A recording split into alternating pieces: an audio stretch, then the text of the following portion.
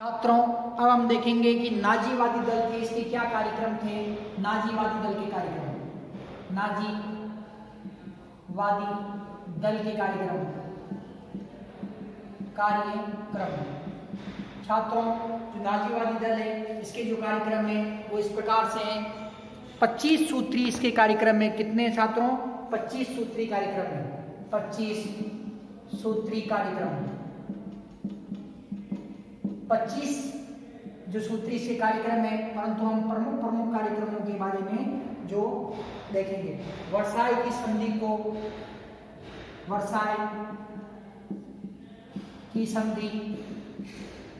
को अस्वीकार करना। वर्साई की संधि को अस्वीकार करना। प्रमुख कार्यक्रम 25 सूत्री कार्यक्रम में छात्रों हम प्रमुख कार्यक्रम देखेंगे। इसके प्रमुख कार्यक्रम, ठीक है। जर्मन सैनिक शक्ति का विकास करना, जर्मनी की सैन्य शक्ति का विकास करना, जर्मनी की सैन्य शक्ति का विकास करना,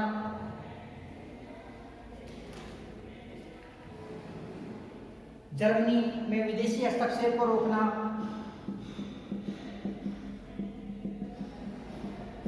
विदेशी हस्तक्षेप को रोकना,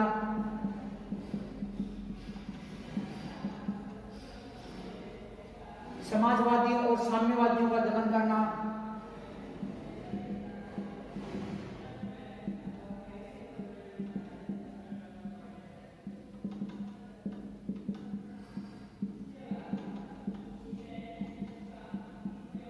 यहूदियों का दमन करना,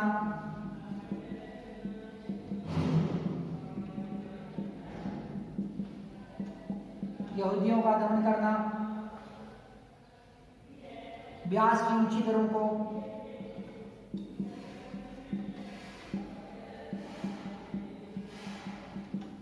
समाप्त करना, ब्याज की ऊंची दरों को समाप्त करना, जर्मनी का एकीकरण करना,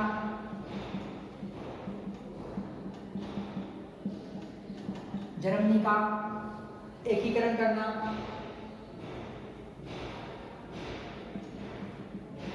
जर्मनी के छीने गए प्रदेश पुनः प्राप्त करना,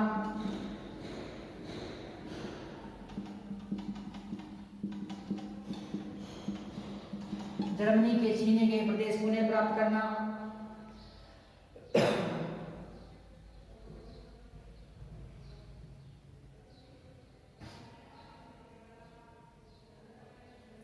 भ्रष्टाचार पर आधारित लोकतांत्रिक सरकार को समाप्त करना,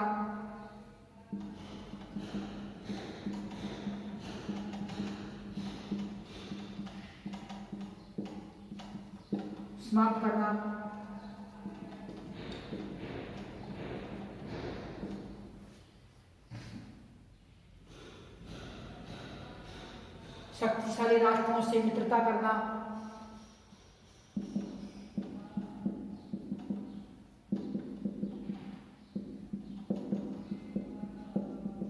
मित्रता करके अपने शत्रुओं का दमन करना,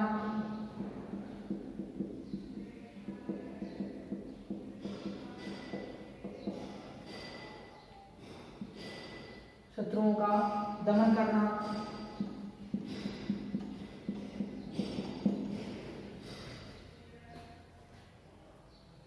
प्रत्येक नागरिक को उसकी योग्यता के अनुसार रोजगार देना,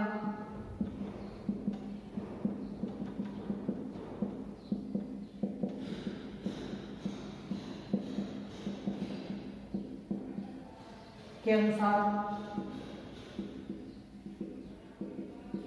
रोजगार देना,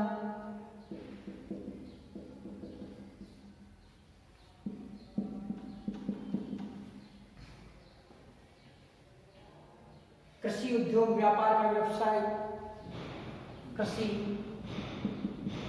उद्योग व्यापार का विकास करना। जर्मन जनता का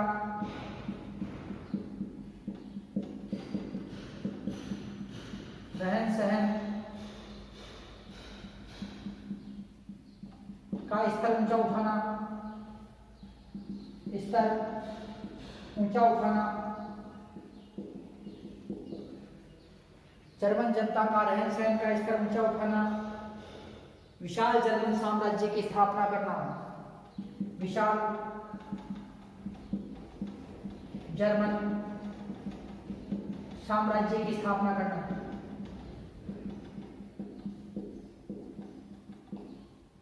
छात्रों, जो हिटलर है, हिटलर ने नाजी दल के 25 सूत्री कार्यक्रम प्रस्तुत किए। हम इसके प्रमुख कार्यक्रम देखते हैं कि इसके प्रमुख कार्यक्रम कौन कौन से थे। वर्साई की संधि को अस्वीकार करना पहला कारण था इसका कार्यक्रम।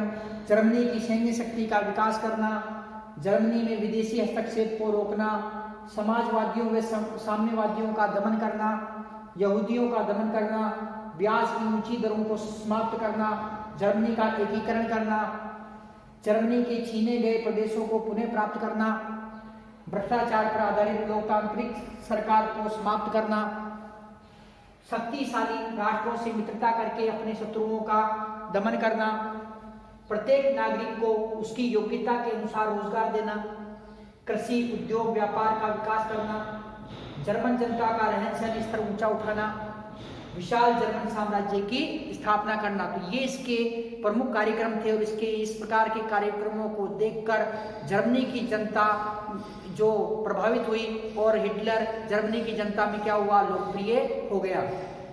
तो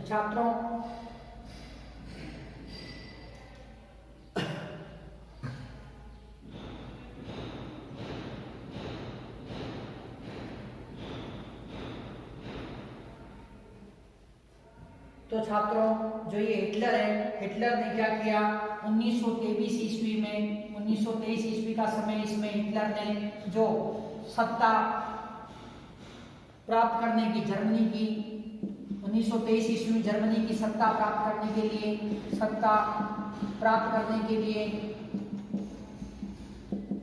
जर्मनी की सत्ता प्राप्त करने के लिए विद्रोह किया।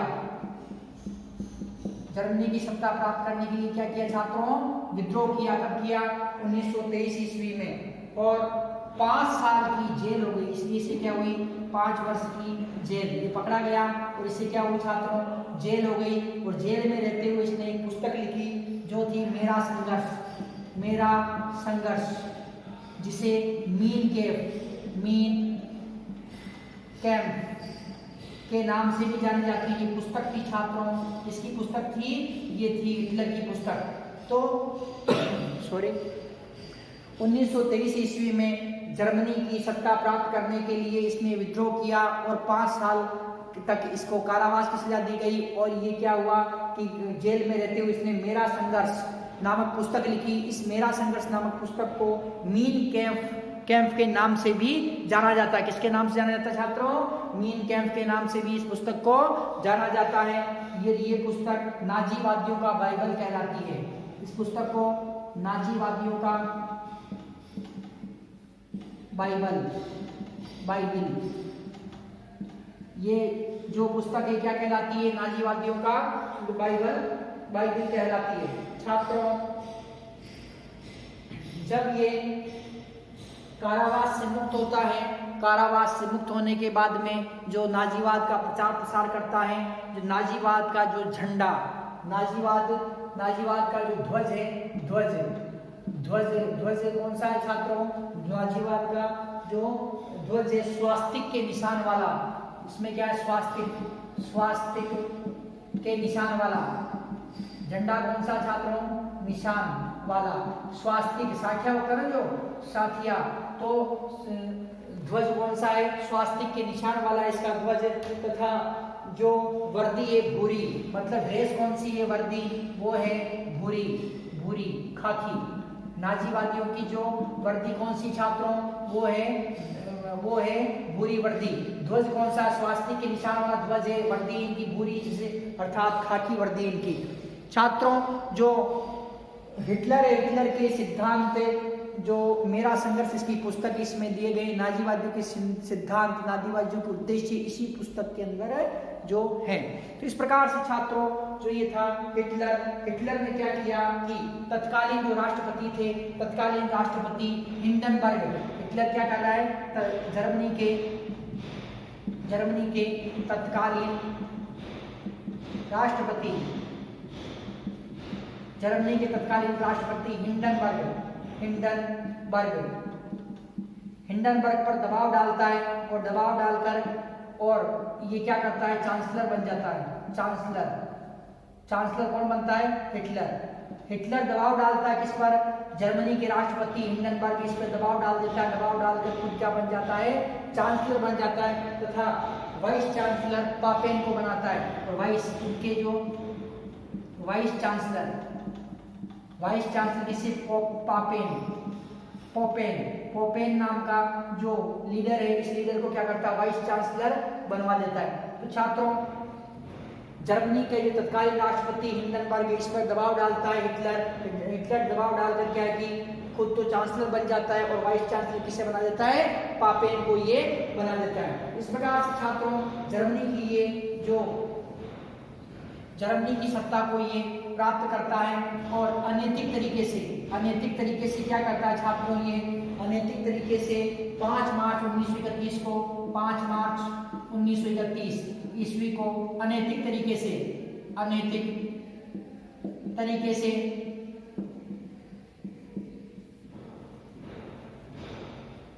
चुनाव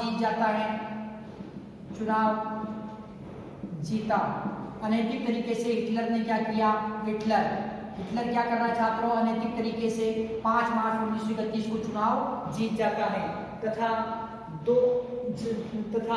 लोकसभा की 1933 ईस्वी में लोकसभा की समस्त शक्तियां अपने हाथ ले लेता है। लोकसभा की समस्त शक्तियां अपने हाथ में ले लेता है, लोकसभा की समस्त शक्तियां अपने हाथ में ले लेता है। और 2 अगस्त 1934 ईस्वी को राष्ट्रपति हिंडनबर्ग की मृत्यु पर राष्ट्रपति व चांसलर हिटलर बन जाता है।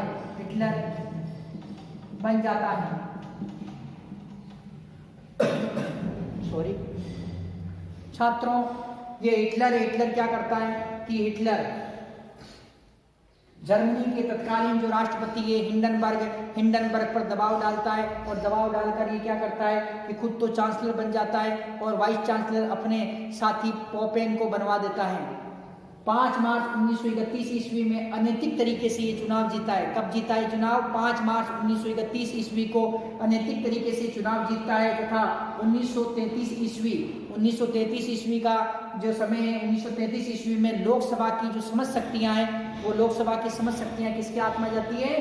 समस्त शक्तियां आ जाती है हिटलर के हाथ में आ जाती है। छात्रों उसके बाद में जो 2 अगस्त 1954 ईस्वी का समय, इसमें राष्ट्रपति हिंडनबर्ग की मृत्यु हो जाती है। राष्ट्रपति हिंडनबर्ग की मृत्यु कब होती है?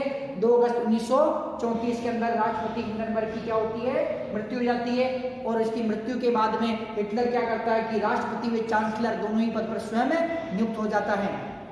छात्रों इस प्रकार से जो इस हिटलर ने क्या किया कि जर्मनी की जो सत्ता थी, जर्मनी की सत्ता पर जो अधिकार कर लिया। जर्मनी की सत्ता पर अधिकार करने के बाद में ये क्या करता है कि अधिनायक तंत्र की स्थापना करता है। किसकी स्थापना करता है छात्रों?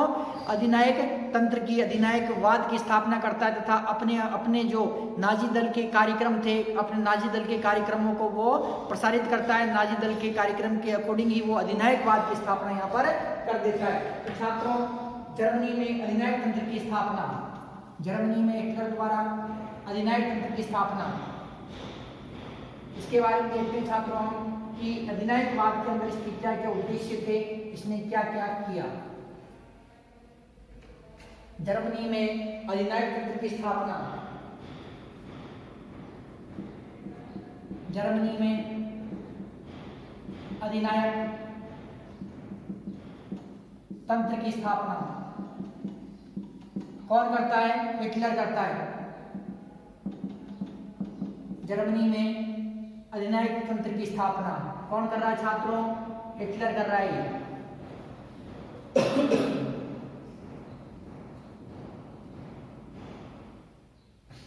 तो इस अधिनायक तंत्र में क्या कर रहा है छात्रों, देखते हैं हम। 1933 ईस्वी में हिटलर ने प्रांतीय गवर्नर नियुक्त किए। प्रांतीय गवर्नर जो इसके हिटलर के खुद के थे, वो प्रांतीय गवर्नर नियुक्त किए।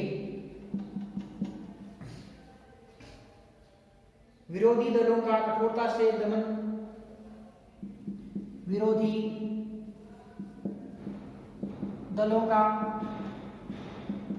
कठोरता से दमन किया। विरोधी दलों का कठोरता से दमन किया। नाजीवाद का विरोध करने वाले, नाजीवाद का विरोध करने वालों को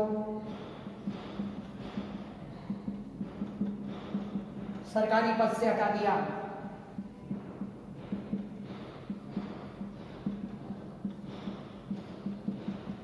सरकारी पदों से हटा दिया।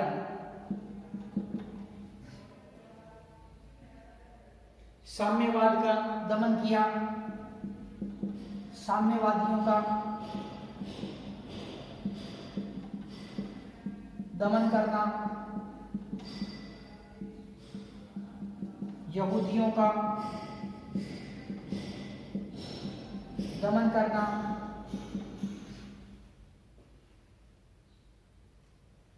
महत्वपूर्ण पदों पर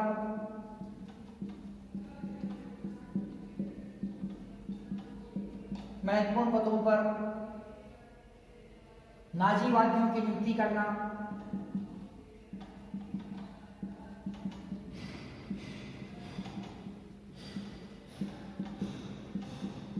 महत्वपूर्ण पदों पर नाजीवादियों की नियुक्ति करना,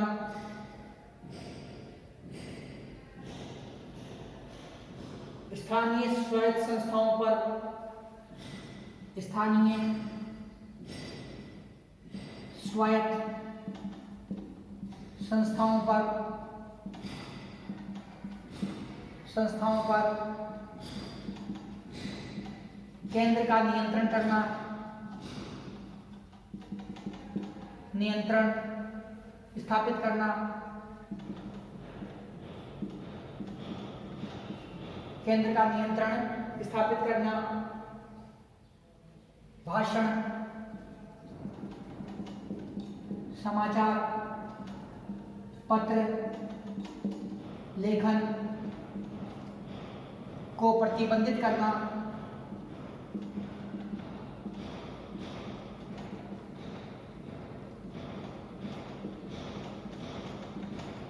छात्रों इस प्रकार से जो ये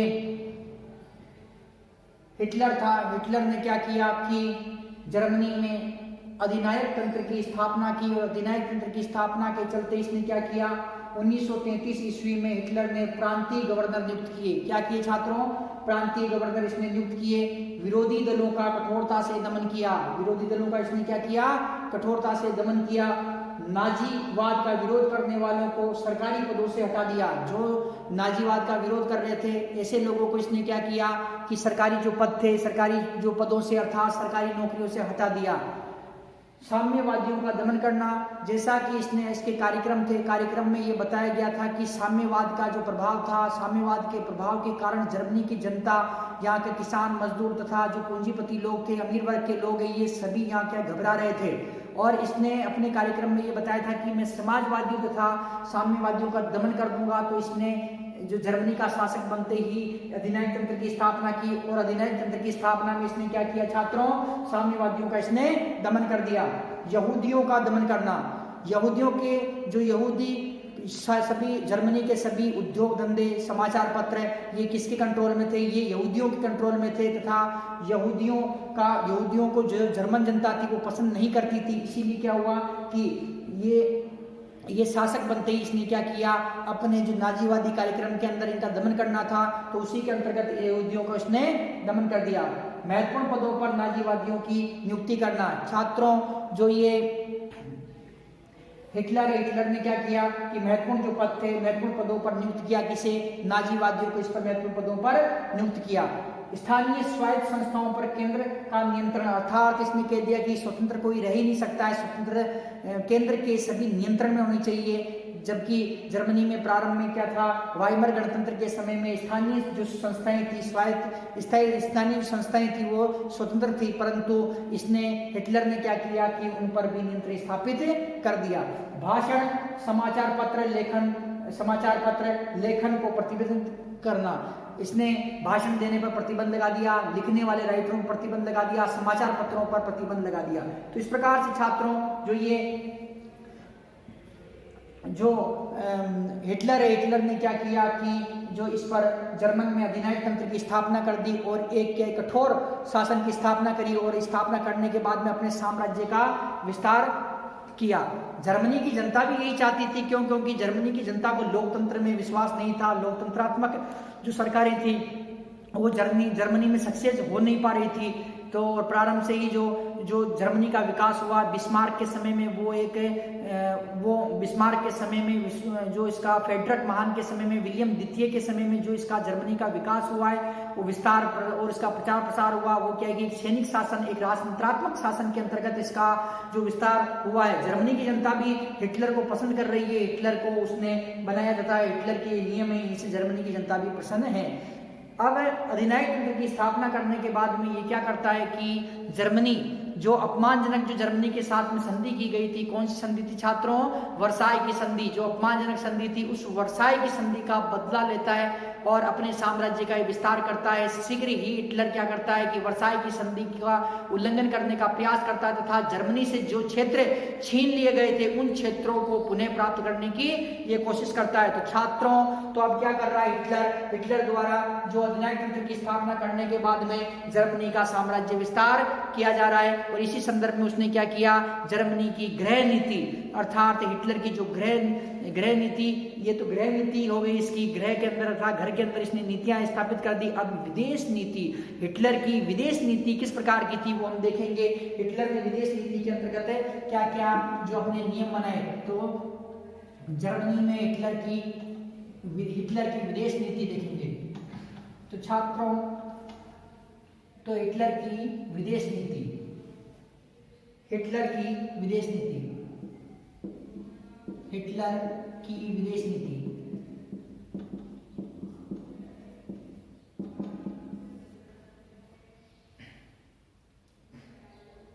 वृहद जर्मनी का निर्माण करना, वृहद जर्मनी का निर्माण करना,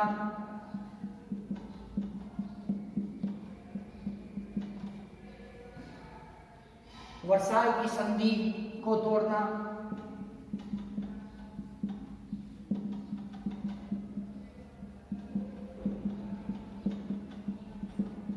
वर्साई की संधि को तोड़ना, जर्मनी के साम्राज्य का विस्तार करना,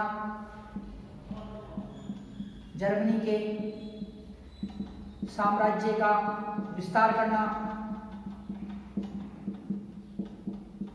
जर्मनी के साम्राज्य का विस्तार करना, जर्मनी को विश्व की सर्वोच्च शक्ति बनाना,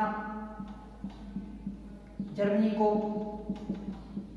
विश्व की सर्वोच्च शक्ति बनाना,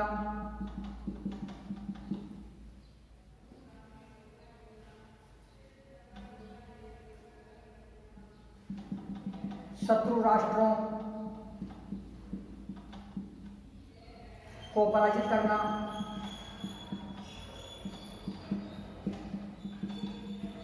छात्रों 1934 ईस्वी में जो हिटलर क्या है कि राष्ट्रपति व चांसलर दोनों बन जाता है।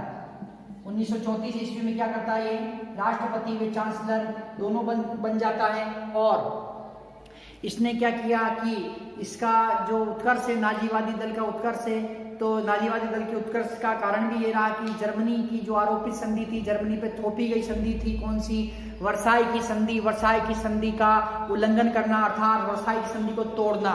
तो छात्रों इसने क्या किया कि इसकी जो विदेश नीति थी, विदेश नीति के अंतर्गत इसने कुछ बातें दी, उसके अंतर्गत वृहद जर्मनी का निर्माण करना, अर्थात जो जर्मनी वर्साई की संधि के कारण जो खंड हो चुकी थी, अर्थात इसके टुकड़े हो चुके थे, तो उसे जर्मनी का पुनः एकीकरण करने के लिए किसने कहा, एकीकरण करने के लिए जो ये हिटलर ने कहा कि वृहद जर्मनी का निर्माण करना, विदेश नीति अपनाई और वृहद जर्मनी का निर्माण करना। और उसने वृहद जर्मनी के निर्माण के चलते ही उसने क्या किया कि अन्य देशों पर आक्रमण करना प्रारंभ कर दिया।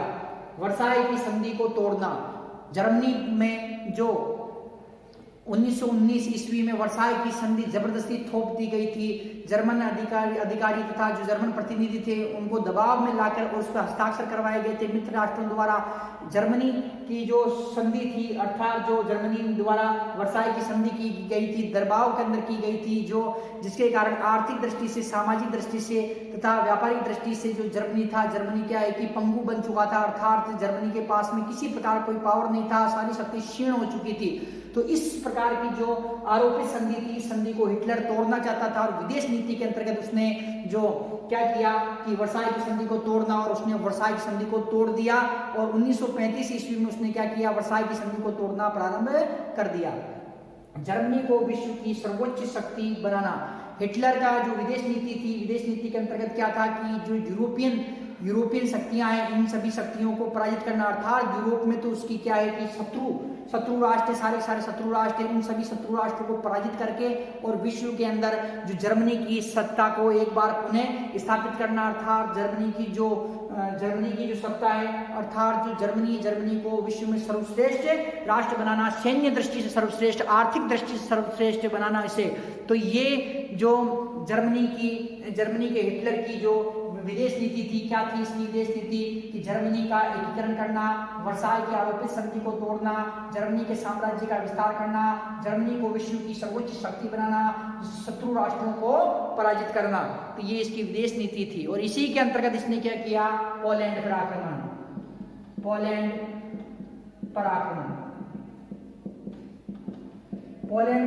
किया छात्रों। इसने पोलैंड से डेजिंग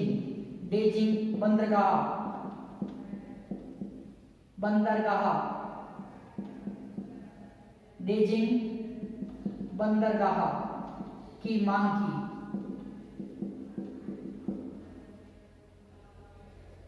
पोलैंड से इसने क्या किया कि डेजिंग बंदरगाह को मांगना पोलैंड ने मना किया। मना किसने किया छात्रों, पोलैंड ने कर दिया। और हिटलर ने क्या किया, 1 सितंबर 1939 को आक्रमण।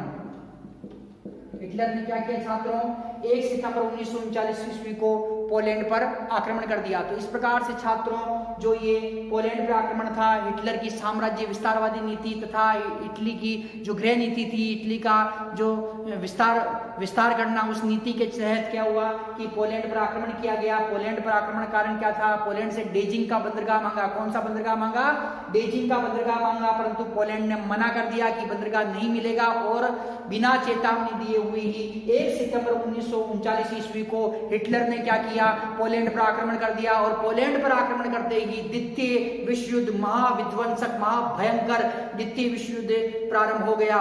ये किसके कारण हुआ? हिटलर अर्थात जर्मनी के शासक हिटलर द्वारा पोलैंड पर आक्रमण करना 1 सितंबर 1939 ईस्वी को, और इसी आक्रमण के तहत क्या हुआ कि द्वितीय विश्व युद्ध प्रारंभ हो गया। तो छात्रों, इस प्रकार से जो नाजीवाद का उत्कर्ष हुआ, और नाजीवाद का उत्कर्ष में जो हिटलर है, हिटलर ने जो इटली को एक बार पुनः सशक्त बनाने का प्रयास किया, और उसकी हिटलर की जो विदेश नीति थी, विदेश नीति अर्थात जर्मनी को विश्व की सर्वोच्च शक्ति बनाना, जर्मनी के साम्राज्य का विस्तार करना, वर्साई की संधि को तोड़ना, इसी विदेश नीति के चलते उसने पोलैंड पे आक्रमण किया और द्वितीय विश्व युद्ध प्रारंभ हुआ। तो छात्रों, इस प्रकार से हमारा ये आज का जो टॉपिक है कंप्लीट होता है। नेक्स्ट टाइम नेक्स्ट टॉपिक करेंगे। धन्यवाद।